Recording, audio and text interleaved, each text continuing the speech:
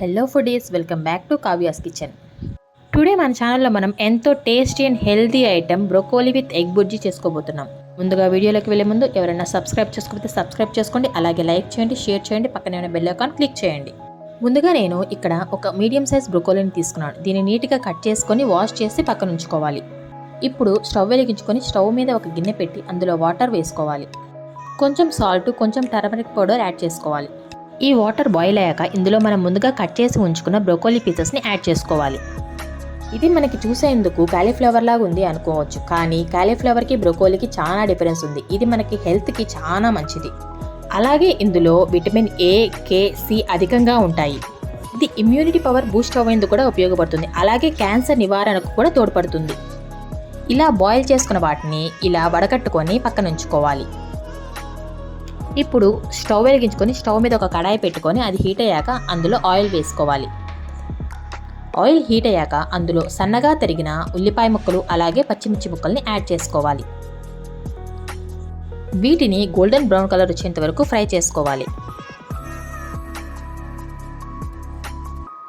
ఇలా onions fry అయిన తర్వాత ఇందులో 1/2 టేబుల్ స్పూన్ పసుపు అలాగే కొంచెం సాల్ట్ వేసుకోవాలి. ఇందులోనే ఇప్పుడు కారం తగినంత వేసుకోవాలి. కారము, ఉప్పు అనేవి ఎవరి టేస్ట్కి తగ్గట్టుగా వాళ్ళు, స్పైస్ ఎక్కువ తినేవాళ్ళు స్పైసీగా, లేకపోతే తక్కువ తినేవాళ్ళు తక్కువగా యాడ్ చేసుకోండి.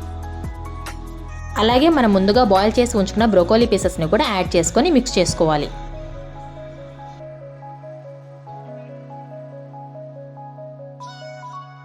వీటిని ఒక 5 మినిట్స్ మూత పెట్టి బాయిల్ చేసుకోవాలి. ఈ విధంగా ఫ్రై అయిన తర్వాత ఇందులో మనం ఇప్పుడు ఎగ్స్ని యాడ్ చేసుకోవాలి. ఇందులో నేను ఇప్పుడు 3 ఎగ్స్ని యాడ్ చేసుకుంటున్నాను. ఒకవేళ ఎగ్ తినని వాళ్ళు ఉంటే ఎగ్ని స్కిప్ చేసి ఎగ్ లేకుండా కూడా చేసుకోవచ్చు. ఎగ్ లేకుండా కూడా చాలా బాగుంటుంది. ఇప్పుడు బాగా మిక్స్ చేసుకోవాలి. ఇలా ఎగ్స్ అన్నీ వేసిన తర్వాత ఒకసారి మొత్తం మిక్స్ చేసుకొని మూత పెట్టుకొని ఒక 5 మినిట్స్ ఎగ్ని బాయిల్ చేసుకోవాలి. ఇప్పుడు మూత తీసి బాగా కలుపుకోవాలి. చూసారా, ఇలా ఎగ్ అంతా ఫ్రై అయ్యేంత వరకు మనం కలుపుతూ ఎగ్ని ఫ్రై చేసుకోవాలి. చూసారా, ఎంతో ఈజీగా, టేస్టీగా, హెల్తీగా మనకి బ్రోకోలీ రెడీ అయిపోయింది. ఇది మంచి డైట్ ఫుడ్ అని కూడా చెప్పుకోవచ్చండి. ఫైనల్గా కొత్తిమీర చల్లుకొని సర్వ్ చేసేసుకోండి. ఇది మనకి చపాతీలో కానీ, రోటీలో కానీ, పుల్కాలో కానీ, జొన్న రొట్టెలో కానీ ఎందులోకైనా మంచి కాంబినేషన్ అని చెప్పుకోవచ్చు. నచ్చిందా? నచ్చితే ట్రై చేయండి. ట్రై చేసి ఎలా వచ్చిందో కామెంట్ బాక్స్లో తెలియజేయండి. Thank you for watching.